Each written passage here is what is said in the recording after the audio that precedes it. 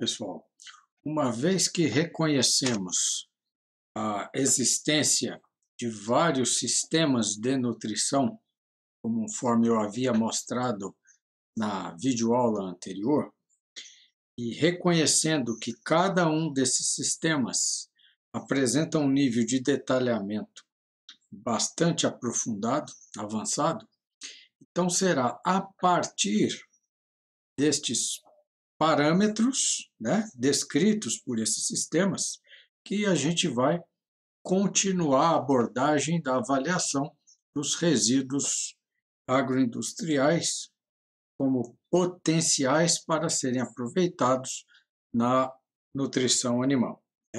Para isso, como a gente tem focado aqui nessas videoaulas, dando um pouco mais de ênfase aos ruminantes, aí eu vou começar então abordando a questão dos sítios digestivos. Depois a gente vai falar um pouquinho das macromoléculas orgânicas. Aí a gente passa para os produtos de digestão e aí a gente cai lá nas demandas dos animais, Logicamente que tudo isso são aspectos de um conjunto de informações que demandariam um estudo específico para cada um desses fatores, mas neste momento uma visão generalista desses fatores em conjunto vai favorecer a compreensão de como a gente deve e pode analisar os resíduos agroindustriais para essa finalidade. Bom, nesse slide que eu estou apresentando para vocês aqui, a gente tem uma fotografia de uma vaca Jersey, uma fístula ruminal. Vocês estão vendo aqui que a fístula é o nome que se usa para a abertura que é feita aqui no couro, do vazio, que é essa parte do animal aqui, e no rumen. Então, o rumen internamente é costurado na pele do animal, e isso aqui então é costurado, ocorre uma cicatrização, e aqui é colocado uma tampa, onde é presa uma espécie de uma rolha, isso aqui é de látex, Como eu disse, o ambiente ruminal ele não tem oxigênio, então ele não pode ficar destampado, porque senão o processo fermentativo não ocorre. Nesta fístula, essa fístula aqui, que é uma abertura, dá acesso diretamente ao rumen, ela é uma modalidade, uma técnica de estudo para permitir que a gente venha fazer medições de parâmetros fermentativos, parâmetros de cinética ruminal, e assim por diante, Então, aqui, nesse desenho, essa figura em amarelo que vocês estão vendo, logicamente, ela não está desenhada na região anatômica onde os órgãos se encontram no animal. Para isso, a gente vai ver esse posicionamento no slide seguinte, Então, aqui é só para a gente entender o fluxo, Então, a chegada boca, esôfago chega no retículo rumen, Do retículo rumen, o alimento passa para o omaso. Omaso também é conhecido por folhoso, que é aquela cavidade que tem a função de retirar a água dos alimentos, do alimento que já foi fermentado, para que esse excesso de água não passe para o abomaso, que é o estômago verdadeiro do ruminante, aonde inicia-se o processo de digestão química por parte das enzimas do próprio animal, do hospedeiro. Aqui no retículo rumen, a gente tem a digestão, ou a fermentação acontecendo mediante as enzimas digestivas da flora microbiana ruminal. Aqui no abomaso, a gente começa com o ataque de ácido clorídrico, pepsina, e depois a sequência do processo digestivo se dá aqui no intestino delgado, que também é o sítio mais importante de absorção de nutrientes dos animais, Sejam eles monogástricos, seja no ser humano, seja nos ruminantes. Então, o que diferencia os ruminantes de nós são essas cavidades do omaso, retículo rumen, aqui, o abomaso é o nosso estômago, o intestino delgado, aqui aves, suínos, seres humanos, são dessa forma. Então, uma vez reconhecido os sítios, né? E aqui na fotografia dessa vaca Jersey, a gente está mostrando aqui o posicionamento, então o rumen fica nessa posição ventral aqui inteira, né? Essa cavidade de omaso e abomaso se dá do lado de lá, né? Na lateral de lá dessa vaca, né? E depois o intestino grosso sobe até a saída aqui, indo para o intestino delgado, depois o grosso, até chegar no reto. Então, uma vez reconhecidos os sítios digestivos, né, e qual é o sítio de fermentação dos alimentos e o sítio de digestão do alimento que sai do rumen e da flora microbiana ruminal que cresce aqui dentro também sai para ser digerida aqui fora, né, a gente vem para esse slide. Deixa eu voltar aqui, eu estava sem ampliar o desenho, mas a gente vem para esse slide aqui dos carboidratos ingeridos, onde eu vou falar dos locais de digestão e produtos da digestão. Então, antes da gente focar especificamente em carboidratos, vamos falar o seguinte, vamos reconhecer que nós temos 3 macromoléculas orgânicas primárias ou principais como constituintes dos alimentos e dos vegetais e dos resíduos agroindustriais, que são os carboidratos, podendo eles serem fibrosos ou não fibrosos. A gente tem a fração nitrogenada, onde a maior parte dela é proteica, né? E a gente tem a fração oleaginosa, ou a fração de óleo, que a gente vai chamar aí, que normalmente é constituída, a sua maior fração, por triglicerídeos. Então, a gente tem gordura, ou óleo, proteína e carboidratos como as macromoléculas orgânicas, e são essas as macromoléculas orgânicas que contêm em si energia, que no processo digestivo essa energia é extraída de alguma forma, por algum processo bioquímico, que depois a gente pode discutir mais em detalhe à frente, para fornecer energia ao animal. Tá? Especificamente falando de carboidratos, aqui a gente ainda não fez referência a se são carboidratos fibrosos ou não fibrosos, né? São, do ponto de vista dos carboidratos fibrosos, apenas eles são digeridos no retículo rumen, ou parcialmente digeridos no retículo rumen, né?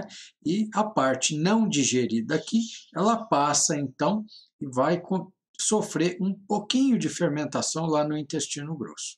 Mas o nível de fibra fermentada aqui é muito pequeno, né? Então, o grosso, ou a fração mais digestível da fração fibrosa, ela se dá aqui na atividade fermentativa ruminal. Os carboidratos não fibrosos, que seriam amidos, açúcares solúveis, quase todo ele é utilizado aqui, açúcares solúveis todo ele é, amido praticamente todo ele é, apenas quando existe uma grande ingestão, uma grande quantidade de amido sendo ingerido por um bovino, por exemplo, pelo ruminante, que ele passa e vai ser digerido lá. Esse excedente do que o rumen não conseguiu processar vai ser digerido aqui no intestino delgado e a glicose, então, absorvida também nesse sítio, né? Então, uma vez olhando para cada um desses 3 sítios de digestão, o que resulta da ação fermentativa dos carboidratos no rumen? Resulta a produção de ácidos orgânicos. Aqui você pode anotar aí que é ácido acético, ácido propiônico e ácido butírico, né? Dependendo da natureza do carboidrato que fermenta. Então, a gente tem um desses 3 ácidos graxos voláteis, são denominados de ácidos orgânicos. Agora, quem foi que atuou sobre o carboidrato fibroso, seja celulose ou a hemicelulose, né? Para extrair energia para si, foram os micro-organismos. Majoritariamente, a gente está falando de bactérias. Essas bactérias extraem uma parte dessa energia para sua mantença e para sua multiplicação celular, e o resíduo desse micro-organismo, dessa atividade fermentativa sobre os carboidratos, é o que a gente chama de ácidos orgânicos. Vamos colocar aí entre aspas que aqui a gente tem o xixi da bactéria, né? Embora esses ácidos orgânicos ainda sejam moléculas com valor energético e que no metabolismo do animal será capaz de gerar ATP para ele, né? Então, essa simbiose do micro-organismo atuando na fibra se dá do ponto de vista energético por extrair energia de uma fibra que o animal sozinho não teria condição de fazê-lo, né? Essa energia parcialmente é gasta pelos micro-organismos e o que sobra dessa atividade metabólica microbiana gera energia para o animal. Por outro lado, esse micro-organismo que recebe energia pela fermentação dos carboidratos, ele tem a capacidade de se multiplicar dentro do rumen. Mas essa multiplicação não é uma multiplicação de geração espontânea. Precisa haver dentro do ambiente ruminal nitrogênio disponível, seja ele na forma de aminoácidos ou na forma de amônia, para que esses micro-organismos consigam se multiplicar com eficiência. Então, equilibrar a biodisponibilidade de ATP para micro-organismo e de fonte nitrogenada é a chave para a maximização desse crescimento microbiano. E como resultado da atividade microbiana, a gente tem aqui a produção de CO2 e metano, né? Que são gases oriundos da atividade fermentativa, né? E que o animal libera através da eructação, que é o nome que se dá ao arroto do animal, né? É comum hoje a gente ouvir falar que os ruminantes contribuem com o efeito estufa por conta desse metano aqui. De fato, o metano tem um efeito como gás de efeito estufa bem mais deletério do que o CO2, mas o ruminante ele está inserido dentro de um ecossistema que é muito mais fixador de carbono do que liberador de carbono para a atmosfera. Então, a gente tem que olhar para o ruminante sempre dentro do contexto do ecossistema ao qual ele se insere, né? Além do que, existem tecnologias hoje de aditivos na alimentação dos ruminantes, onde a gente dificulta a vida dos micro-organismos que são produtores de metano. Então, a gente reduz isso aqui numa escala bastante grande, melhorando a biodisponibilidade de energia para o animal, tá? Do ponto de vista do sítio de digestão do intestino delgado, a gente teria aqui, chegando a este intestino delgado, carboidratos não fibrosos, mas também não solúveis. Então, majoritariamente, seria a fração amilácea, né? Imagina um ruminante comendo milho ou mandioca, né? Ou batata doce. Então, esses carboidratos amiláceos que chegariam ao intestino delgado seriam desdobrados ou hidrolisados no processo digestivo, que neste caso a gente chama seriam digeridos até seus monossacarídeos mais simples, no caso do amido é a glicose, e a glicose então sendo absorvida, né? No intestino grosso a gente também tem uma fermentação numa intensidade muito menor do que acontece no rumen, né? E basicamente aqui a gente tem biossíntese de complexo B, absorção de água e o aporte, o fluxo, o ganho energético, a extração energética da fibra que chega ao intestino grosso é muito pequena comparada à fração fibrosa que é fermentada no rumen, uma vez que a maior parte dela já teve ataque fermentativo aqui, né? A grande vantagem do ruminante é que a biossíntese de proteína microbiana ela acontece antes do intestino delgado. Portanto, esses micro-organismos que crescem no rumen, eles são digeridos e absorvidos aqui. Então, aqui a gente tem a absorção de aminoácidos também, quando a gente fala do ponto de vista proteico, né? Então, basicamente, nesse slide, a gente tem essa essa visão das macromoléculas orgânicas que eu apontei e desses produtos de digestão mais comuns aqui no rumen, né? E aí eu chega no slide da vaquinha de novo, mas aqui o que eu quero apresentar para vocês é que quando a gente fala do alimento, do resíduo agroindustrial bruto, da forma como ele está lá antes de ser consumido, ele contém em si uma quantidade de energia. E essa energia pode ser medida por combustão, né? Então, se a gente pegar esse resíduo e levar para um equipamento chamado de bomba calorimétrica, a gente vai queimar esse resíduo, esse alimento, vamos dizer assim. A quantidade de calor liberada é captada por este equipamento através do aquecimento de um volume de água conhecido, e isso aqui é traduzido em termos de quilocaloria por quilo de produto queimado, né?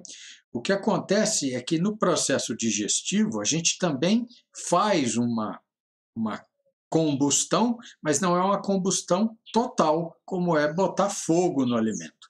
É uma quebra, uma redução do tamanho das moléculas e extração de energia através de um mecanismo químico e enzimático gradual e que vai permitir o aproveitamento de parte da energia bruta que esse alimento tem, mas não vai retirar toda a energia desse processo. Então, se a gente descontar da energia total que um alimento tem, a fração de energia que ainda fica presente nas fezes do animal que come esse alimento, a gente vai ter o que a gente chama de fração digestível da energia, né? Agora, descontada da fração da energia digestível, a quantidade de energia que é perdida na forma de gases, principalmente metano e urina, a gente vai ter o que a gente chama de energia metabolizável, que seria a fração da energia bruta que está disponível ao metabolismo animal. E agora, uma vez que essa energia está disponível ao metabolismo dentro dos tecidos corporais, né, existe através das reações bioquímicas que acontecem lá dentro, a liberação de calor, a isso a gente chama de incremento calórico.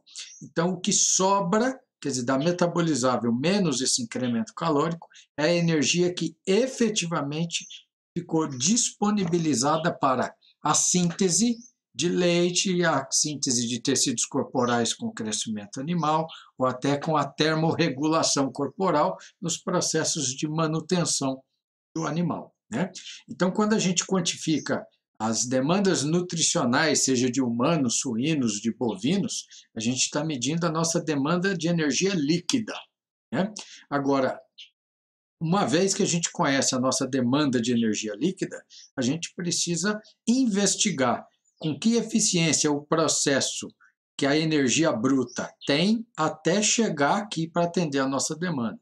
Então, a gente vai ter as perdas fecais, as perdas de gases e urina e as perdas por incremento calórico para, de fato, chegar a essa quantidade de energia para atender a mantença, que seria a própria atividade basal, a termorregulação do animal e as atividades de produção, né? Então, basicamente, aqui a gente tem o fluxo da energia e todo o resíduo agroindustrial, quando ele é estudado com a finalidade da investigação, da utilização dele como alimento dentro do sistema de produção, ele precisa passar por uma investigação desse particionamento da energia para que a gente possa descrevê-lo de forma bastante detalhada e para poder formular dietas que venham a conciliar aqueles princípios de otimização da fermentação ruminal e crescimento microbiano, ok? Então, avançando aqui nesse próximo slide, a gente tem aquela foto do rumen, né, ampliada. Então, são produtos da ação fermentativa ruminal, a produção de gases, né, a produção de amônia, que ela é derivada da ação de degradação da proteína, daqueles micro-organismos que têm afinidade por por proteína dentro do ambiente ruminal. A gente tem a produção de ácidos graxos voláteis a partir da fermentação dos carboidratos fibrosos e não fibrosos. O que vai mudar é o tipo do ácido graxo volátil produzido, né? Se acético, se butírico ou se propiônico. E como resultado, quer dizer, isso aqui tudo é resultado da ação microbiana. Essa amônia é utilizada para a produção da massa microbiana, para a multiplicação da massa microbiana, assim como o ATP proveniente da fermentação dos carboidratos, que vão gerar os ácidos graxos voláteis, ok? Então aqui, no fundo, na parte ventral aqui desse rumen, esse alimento aqui está representando o resultado fermentativo disso, né? E aí essa massa microbiana, ela passa para os demais compartimentos digestórios. Os ácidos graxos voláteis são absorvidos aqui na parede ruminal, caem na corrente sanguínea e vai para o fígado, os tecidos corporais. A amônia, a maior parte dela é reaproveitada nessa biossíntese de microbiana ruminal, desde que haja ATP disponível para essa flora poder se multiplicar, ok? E aí, na sequência, aqui a gente tem um outro slide mostrando o fluxo da energia. Então, a gente tem a energia bruta, que é a energia total obtida pela combustão total de um determinado alimento ou resíduo. Aí as perdas que a gente tem, primeiro que seria a perda fecal, gerando energia digestível, a perda urinária e perda com gases, gerando energia metabolizável, e o incremento calórico gerando a energia líquida que vai atender às demandas de crescimento, de biossíntese de secreções e da termorregulação, que são as atividades de manutenção do próprio animal. Então, esses sistemas de